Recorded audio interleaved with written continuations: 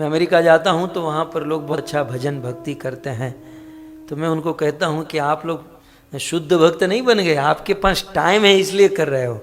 हमारा भारत का बंदा तो बेचारा काम धंधे में ही मर जाता है, और ऊपर से संबंध को निभाना, और इसमें भी राजस्थानी, मारवाड़ी, गुजराती, ये लोगों का 70% लाइफ तो संबंध में ही बीतता है।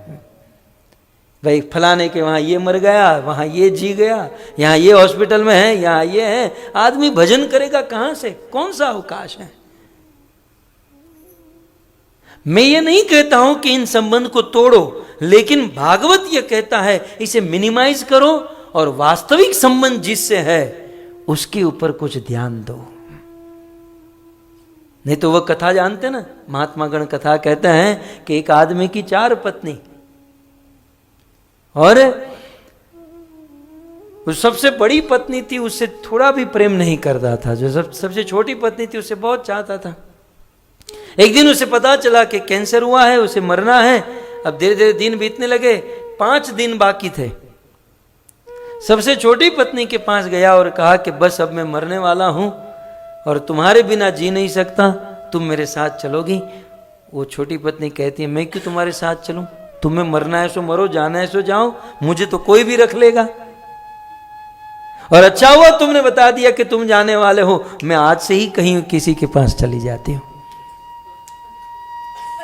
ये दुखी होकर दूसरी पत्नी के पास गया कि बोले मैं 2-5 दिन में मरने वाला हूं और मुझे कोई सहारा चाहिए, तुम मेरे साथ चलोगी? दूसरी पत्नी ने कहा कि साथ तो चलोगी, लेकिन घर के दरवाजे तक, आगे नहीं आऊंगी। तीसरी पत्नी के पास गया, बोले तुम मेरे साथ आओगी? बोले आऊंगी, लेकिन श्मशान तक, उससे आगे मैं नहीं आऊंगी। चौथी पत्नी, जिसके सामने इसने कभी नहीं देखा था, जिसका ये केयर नहीं करता था, कभी भी जिसका ध्यान नहीं रखता था, अब एक अंतिम पत्नी बची, उसके पास गया कि बोले मरने वाला हूं, तुम मेरे साथ चलोगी? अन्य पत्नियों ने तो मुझे ना कह दिया। तब चौथी पत्नी ने कहा कि मैं तो तुम्हारी थी, तुम्हारी हूं और तुम्हारी रहूंगी। प्रॉब्लम तो तुम्हारी थी कि तुम मेरी ओर ध्यान नहीं दे रहे थे। मैं तो सदैव तुम्हारे साथ रहूंगी, मैं तो तुम्हारी थी। तो महात्मा गण कहते हैं ये वो आदमी और कोई नहीं, हम लोग हैं। और ये 4 पत्नी और कोई नहीं। पहली पत्नी जो है वो धन है। जब आदमी की मृत्यु होती है तो मृत्यु होने से पहले ही धन हाथ से चला जाता है। या तो बेटे ले जाते हैं, या तो कोई ना कोई धन हाथ से ले लेता है। दूसरी पत्नी ने क्या कहा? घर के दरवाजे तक आओगी। ये दूसरी पत्नी कौन है? इस संसार में जिससे हमने शादी की, वो पत्नी कहां तक साथ आती है? भार्या गृह द्वारे, घर के द्वार तक।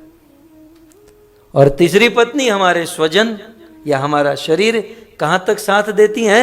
श्मशान तक है। लेकिन चौथी पत्नी जो है वो है परमात्मा।